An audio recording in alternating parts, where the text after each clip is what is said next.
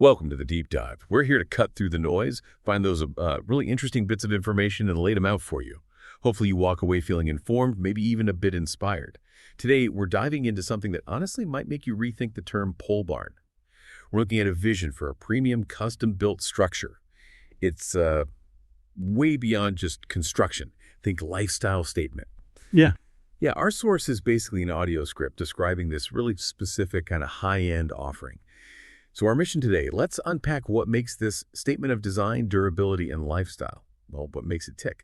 How does it turn a building, something potentially utilitarian, into this idea of freedom and flexibility? It's about seeing the potential when something's truly custom. It really is an exciting concept, isn't it? What's fascinating to me is how that, traditional idea of a pole barn is just being completely flipped on its head here. Yeah. For most people, you hear pole barn, you think basic farm storage, right?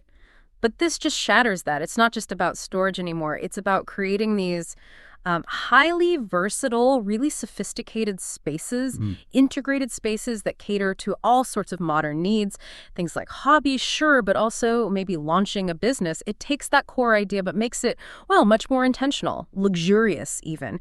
We're looking at something designed to solve those common headaches, not enough space, tricky access, the wrong environment, and turn them into real opportunities. That's a great way to put it. Okay, so let's begin. Let's start with the basics, the actual structure. Our sources talk about a pretty commanding building, 40 by 48 feet. That's nearly 2,000 square feet of finished floor space. Pretty substantial. But here's the kicker, I think. 16-foot ceilings. 16 feet. It's definitely not your average shed. What does that kind of height really open up? Oh, you're absolutely right. 16 feet, that changes everything. It's not just about feeling spacious, it's about actual function. Think vertically. You could easily put in, say, a car lift, right? Yep. Service vehicles. Or build some seriously tall shelving for inventory, tools, whatever. Maybe you're an artist doing large pieces. Or, I don't know, testing drones indoors. It fundamentally changes the volume you have to work with. It really makes you think, doesn't it?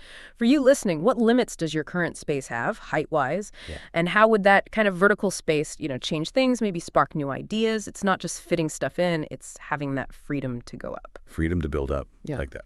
And speaking of big things, getting them in and out is crucial. This thing isn't just big inside, it's built for easy access. It has 2 insulated commercial-grade garage doors. And get this, each one is 12 feet wide by 14 feet tall. So for someone with an RV, a big boat, maybe construction trailers, what does that kind of access actually mean day to day? Well, that size and grade of door, it speaks directly to that flexibility we talked about, but it makes it really concrete. Your standard garage door just won't cut it for a lot of modern RVs or larger trailers. These doors, 14 feet tall, commercial grade, insulated, it means you're not squeezing things in. You're moving them easily. No hassle, no worrying about clearance. And that commercial grade part is important too. It implies, better durability, better insulation, probably better security than your typical residential door. These are built for heavy, frequent use. They keep the temperature stable, and they protect what's inside. It takes away that stress, that logistical nightmare of storing big items off-site or struggling with tight fits. It just smooths everything out. Right, efficiency, peace of mind. Okay, so it's big, it's accessible. But what about the inside environment? Especially if you're storing valuable stuff. The script says the entire building is fully insulated. R19 insulation, which sounds pretty high for this type of structure. And it's also got a 6mm NASATECH moisture barrier, like a serious shield against dampness. Beyond just warm and dry, what are the maybe less obvious upsides here? That combination, the R19 and that NASATECH barrier, it's critical. You're creating a really stable microclimate inside year-round. And yeah, it goes beyond just comfort. Think about a classic car collector. Consistent temperature and humidity. That's vital for preserving paint, stopping rust, maintaining value. Or maybe woodworking or art materials. It stops warping, cracking, damage to sensitive stuff. That NASATECH barrier, too, it's often multi-layered. It doesn't just block moisture. It can act as a radiant barrier, reflecting heat in summer, holding it in winter. That helps with energy efficiency, potentially lowering costs quite a bit. It's essentially like asset protection. And it means the space is always usable, right? Doesn't matter if it's boiling hot or freezing cold outside, you can actually work or hang out in there comfortably. That encourages you to actually use it. Asset protection, I like that. And yeah, if it's comfortable, you're more likely to spend time there on those projects. Okay, power. How do you run everything? It mentions a 200-amp electrical service. That's pretty beefy, right? Like what many houses have. And it specifically calls out RV-ready outlets, 20-amp and 30-amp GFCI. GFCI, that's the safety cutout, right? Important near water or outdoors.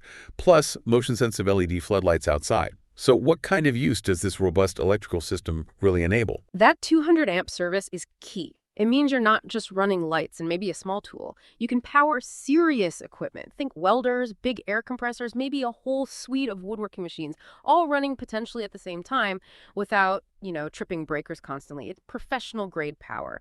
And those RV outlets, the 20 and 30 amp GFCI ones, that's a very clear signal. This isn't just for storing an RV, it's for supporting it. Charging, running systems, maybe even light maintenance right there.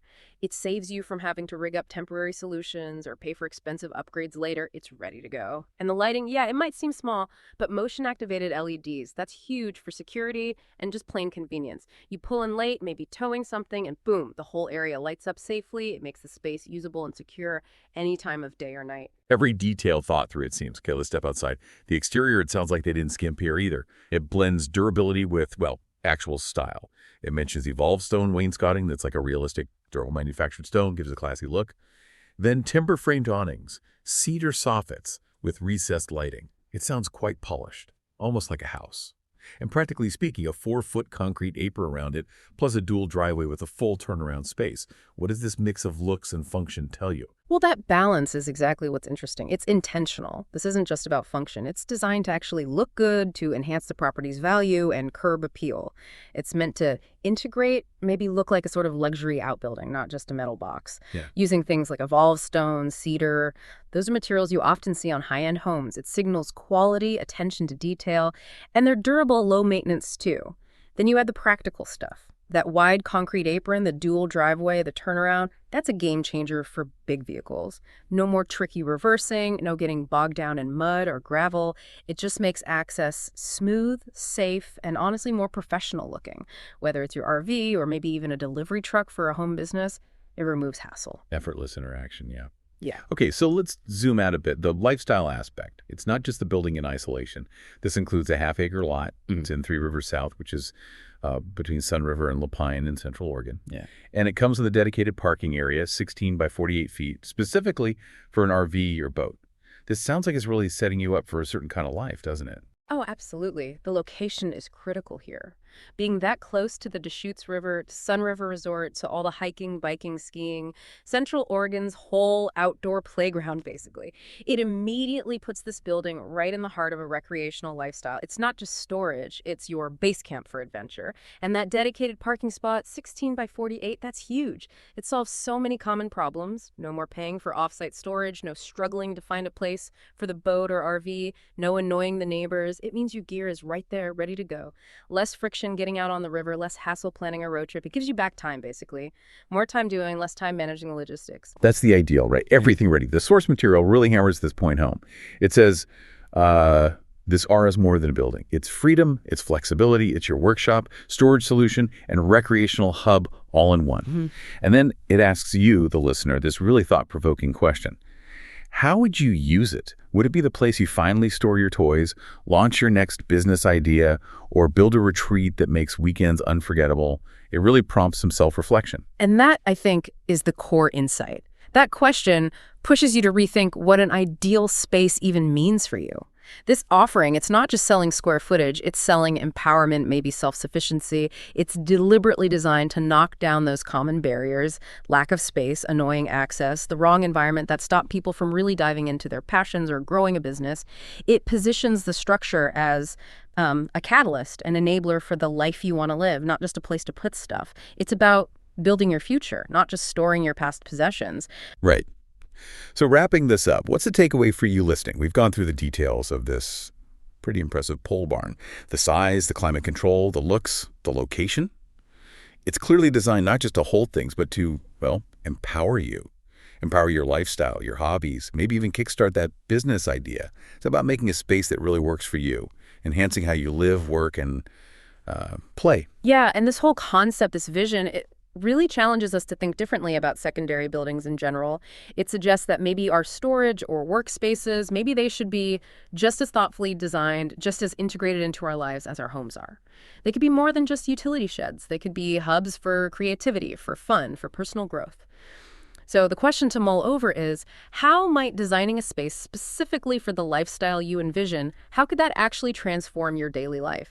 What could you do if space and convenience just weren't obstacles anymore? That's a great question to leave things on. And look, the opportunity is there to actually design that perfect pole barn for yourself. If this whole idea resonates with you, if you're thinking, wow, a space like that could really change things for me, you can reach out. Call Ken Mucci at 541-948-0494. He's the person who can help bring this specific vision, or maybe one tailored just for your needs, into reality. That number again is 541-948-0494. Give Ken a call and start dreaming about the possibilities.